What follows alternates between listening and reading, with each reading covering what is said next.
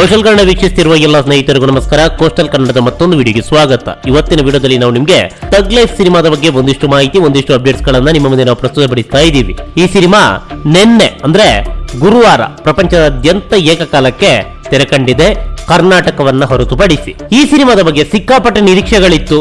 ಆದ್ರೆ ಕಮಲ್ ಹಾಸನ್ ನೀಡಿದಂತಹ ಒಂದೇ ಒಂದು ಹೇಳಿಕೆಯಿಂದಾಗಿ ಈ ಸಿನಿಮಾ ಕರ್ನಾಟಕದಲ್ಲಿ ರಿಲೀಸ್ ಆಗಿಲ್ಲ. ಇದರ ಪ್ರಭಾವ ಪ್ರಪಂಚದಾದ್ಯಂತ ಪಸರಿಸಿದೆ. ಇದಕ್ಕೆ ತಾಜಾ ಉದಾಹರಣೆ ಎನ್ನುವಂತೆ ಈ ಸಿನಿಮಾದ ಕಲೆಕ್ಷನ್, ಆರಂಭದಲ್ಲಿ ಈ ಸಿನಿಮಾದ ಕಲೆಕ್ಷನ್ ಬಗ್ಗೆ ಸಿಕ್ಕಾಪಟ್ಟೆ ನಿರೀಕ್ಷೆಗಳಿತ್ತು. ಆದರೆ ಮೊದಲ ದಿನ ಈ ಸಿನಿಮಾ ಗಳಿಸಿರೋದು ಕೇವಲ 14,94,00,000, ಅಂದ್ರೆ 15 ಕೋಟಿ ಕಲೆಕ್ಷನ್ ಕೂಡ ಆಗಿಲ್ಲ. ಇದಕ್ಕೆ ಕಾರಣವಾಗಿದೆಯೇನಪ್ಪ ಅಂತ ಹೇಳಿದ್ರೆ, ಕರ್ನಾಟಕದಲ್ಲಿ ಈ ಸಿನಿಮಾಗೆ ಹಾಕಿರುವಂತಹ ತಾತ್ಕಾಲಿಕ ಬ್ಯಾನ್. ಒಂದು ವೇಳೆ ಈ ಸಿನಿಮಾ ಕರ್ನಾಟಕದಲ್ಲಿ ರಿಲೀಸ್ ಆಗ್ತಾ ಇದ್ರೆ, ಯಾವುದೇ ರೀತಿಯಾದಂತಹ ವಿವಾದಗಳು ಇಲ್ಲ ಅಂತಿರ್ತಿದ್ರೆ ಈ ಸಿನಿಮಾ ಕನಿಷ್ಠ ಪಕ್ಷ 50 ಕೋಟಿ ದಾಟ್ತಾ ಇತ್ತು. ಅದೇ ರೀತಿ ಸಿನಿಮಾ ಒಂಚೂರು ಮೈಲೇಜ್ ಕೂಡ ಪಡಿತಾ ಇತ್ತು. ಆದ್ರೆ ಮೊದಲ ದಿನ ಈ ಸಿನಿಮಾಗೆ ನೀರಸ ಪ್ರತಿಕ್ರಿಯೆ ಸಿಕ್ಕಿದೆ. ತಮಿಳುನಾಡಿನಾದ್ಯಂತ ಈ ಸಿನಿಮಾ ಮೊದಲ ಪ್ರದರ್ಶನ ಹೌಸ್ಫುಲ್. ಆದ್ರೆ ಮ್ಯಾಟಿನಿ ಶೋ ಆಗುವಷ್ಟರಲ್ಲಿ ಅದರ ಪ್ರಮಾಣ ತುಂಬಾನೇ ಕಡಿಮೆ ಆಯಿತು.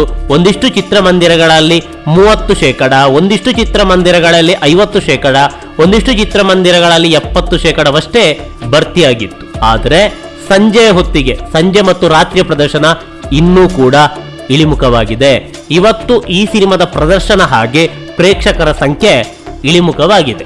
ಇದಕ್ಕೆ ಬಹುಮುಖ್ಯವಾಗಿ ಕಾರಣ ಏನಪ್ಪಾ ಅಂತ ಹೇಳಿದ್ರೆ, ಕಮಲ್ ಹಾಸನ್ ಅವರ ಆ ಒಂದು ಹೇಳಿಕೆ, ಕನ್ನಡದ ಬಗ್ಗೆ ಆಡಿದಂತಹ ಆಕ್ಷೇಪಾರ್ಹವಾದಂತಹ ಮಾತು. ಇದು ಕೇವಲ ಕರ್ನಾಟಕ ಮಾತ್ರವಲ್ಲ, ಆಂಧ್ರ ಹಾಗೆ ಕೇರಳಕ್ಕೂ ಕೂಡ ಈ ಎಫೆಕ್ಟ್ ತಟ್ಟಿತ್ತು. ಯಾಕಂತ ಹೇಳಿದ್ರೆ ಕಮಲ್ ಹಾಸನ್ ಪ್ರಕಾರ ಎಲ್ಲಾ ಭಾಷೆಗಳಿಗೂ ಮೂಲ ತಮಿಳು ಭಾಷೆ ಅಂತ. ಹೀಗಾಗಿ ಈ ಒಂದು ಹೇಳಿಕೆಯ ಬಗ್ಗೆ ಕೇವಲ ಕನ್ನಡಿಗರು ಮಾತ್ರವಲ್ಲ, ತೆಲುಗರು ಹಾಗೆ ಮಲಯಾಳಿಗಳು ಕೂಡ ಈ ಬಗ್ಗೆ ಸ್ವಲ್ಪ ತಲೆ ಕೆಡಿಸಿಕೊಂಡ್ರು. ಇದರ ಎಫೆಕ್ಟ್ ನೇರವಾಗಿ ಸಿನಿಮಾಗೆ ತಟ್ಟಿದೆ. ಕನ್ನಡದ ಬಗ್ಗೆ ಆಕ್ಷೇಪಾರ್ಹವಾದಂತಹ ಮಾತು ಇತರ ದ್ರಾವಿಡ ಭಾಷೆಗಳಿಗೂ ಕೂಡ ಅನ್ವಯ. ಹೀಗಾಗಿ ಅಲ್ಲೂ ಕೂಡ ಈ ಒಂದು ಹೇಳಿಕೆ ಸಂಚಲನವನ್ನ ಮೂಡಿಸಿದೆ. ಒಂದಿಷ್ಟು ಮಂದಿ ಈ ಸಿನಿಮಾವನ್ನ ವೀಕ್ಷಣೆ ಮಾಡಬೇಕು ಅಂತ ಯಾರು ಆರಂಭದಲ್ಲಿ ಅನ್ಕೊಂಡ್ರು, ಅವ್ರು ಯಾರು ಕೂಡ ಚಿತ್ರಮಂದಿರಕ್ಕೆ ಹೋಗಿ ಸಿನಿಮಾವನ್ನ ವೀಕ್ಷಣೆ ಮಾಡಿಲ್ಲ. ಅದೆಷ್ಟೋ ಕಡೆಗಳಲ್ಲಿ ಚಿತ್ರಮಂದಿರ ಮೊದಲ ಪ್ರದರ್ಶನವೇ ಖಾಲಿ ಇತ್ತು, ಆಂಧ್ರ ಹಾಗೆ ಕೇರಳದಲ್ಲಿ. ಇನ್ನು ಮೊದಲ ದಿನ ಅಂದ್ರೆ ನಿನ್ನೆ ಈ ಸಿನಿಮಾಗೆ ಒಂದಿಷ್ಟು ಚಿತ್ರಮಂದಿರಗಳು ದಿನ 5 ಆಟ, ರೆಗ್ಯುಲರ್ ಪ್ರದರ್ಶನ, ಎಕ್ಸ್ಟ್ರಾ ಶೋ ಅಲ್ಲ, ಅರ್ಲಿ ಮಾರ್ನಿಂಗ್ ಶೋ ಅಲ್ಲ, ಲೇಟ್ ನೈಟ್ ಶೋ ಅಲ್ಲ, ರೆಗ್ಯುಲರ್ 5 ಪ್ರದರ್ಶನವನ್ನ ನೀಡಿದ್ರೆ, ಇವತ್ತು ಈ ಸಿನಿಮಾಗೆ ಕೇವಲ 3 ಪ್ರದರ್ಶನವನ್ನ ನೀಡಿದ್ದಾರೆ. ಇದೇ ಹೇಳುತ್ತೆ ಈ ಸಿನಿಮಾದ ಹವಾ ಅಲ್ಲಿ ಏನು ಇಲ್ಲ ಅನ್ನೋದು, ಈ ಸಿನಿಮಾಗೆ ಯಾವುದೇ ರೀತಿಯಾದಂತ ರೆಸ್ಪಾನ್ಸ್ ಇಲ್ಲ ಅನ್ನೋದು ಈ ಮೂಲಕ ಸಾಬೀತಾಗಿದೆ.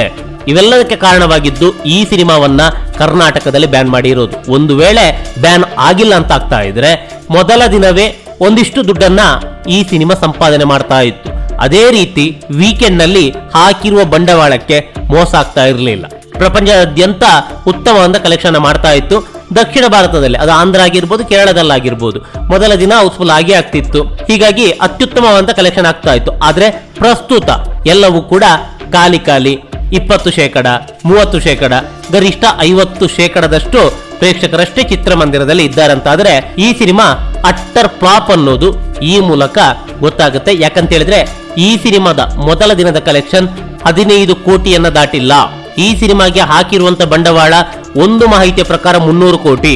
300 ಕೋಟಿಯನ್ನ ಅದು ಹೇಗೆ ರಿಕವರಿ ಮಾಡ್ತಾರೋ ದೇವನೇ ಬಲ್ಲ. ಕಳೆದ ಎಪಿಸೋಡ್ ನಲ್ಲಿ ಹೇಳಿದಂತೆ, ಕನ್ನಡಕ್ಕೆ ಯಾರಾದ್ರೂ ಅವಮಾನ ಮಾಡಿದ್ರೆ ಗ್ರಹಗತಿಗಳೇ ಅವರನ್ನ ಬಿಡಲ್ಲ ಅಂತ. ನಮಸ್ಕಾರ.